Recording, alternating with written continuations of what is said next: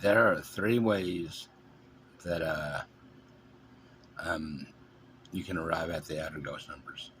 But first off, let me say that this is a study mainly of the primary numbers. Everything else relates back to the inner primary numbers. um, all these cubes are the same. They're just in different stages. This is the inner primary numbers that creates a whole cube, the 6 blue numbers. And this is the central ghost number, which is red. That's the creation. That's the addition in this form, an addition cube. That's the addition of all the 6 primary numbers, and it belongs there. These are the inner secondary numbers, and they're orange. And there's 1, 2, 3, 4, 5, 6, 7, 8, 9, 10, 11, 12. 12, twice the number of the 6 primary numbers. And together in the cubic form, they produce at both ends the inner ghost numbers of a special diagonal that gives 63, the outer ghost number on both sides. And so this is like a twisted over plane community property, like between 1 and 4 gives 5 on both sides, 2 and 5 gives 7 on both sides, 3 and 6 gives 9 on both sides. The special diagonal is like a flipped over plane where it gives a special diagonal of the community property between 18 and 45, between 27 and 36, and so on around the special diagonals.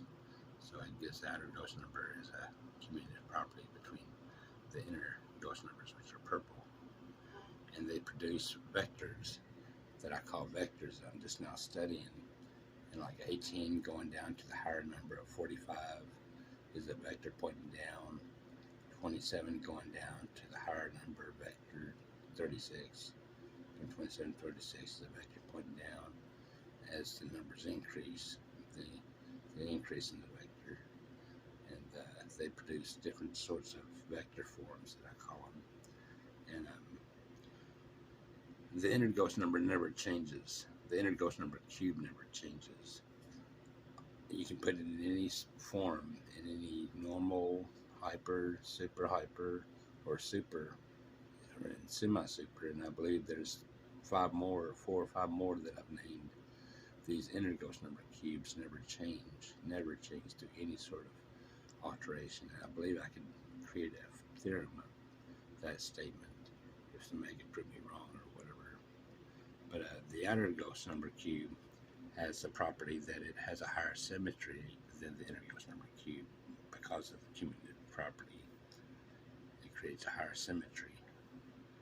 And like you're always going to have the same number on each plane's corner because of the cumulative property on each plane.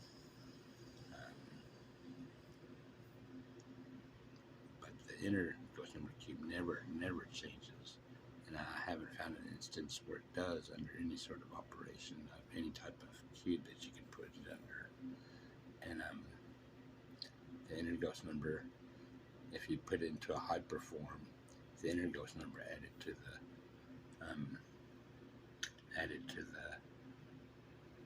crosswise numbers. You do the same thing with the diagonals. I believe I said this in the last video of these magic ghost number cubes, and they come out being the same as a cubic or circuitous box of the inner ghost numbers. So there's a lot of machinery that these inner ghost numbers are responsible for, and they occur because of the primary numbers, which gives off the secondary numbers and creates the inner ghost number, and creates the inner ghost number and the central ghost number, the inner ghost number and the central ghost number. So the primary numbers need to be explored a lot more than what I've been giving them the attention. And then there's the central ghost number, which is the creation of the inner ghost numbers. And the central ghost number creates the outer ghost number by adding it 3 times. So there's a lot to be explored due to the primary numbers, the inner primary numbers. Well, thanks a lot.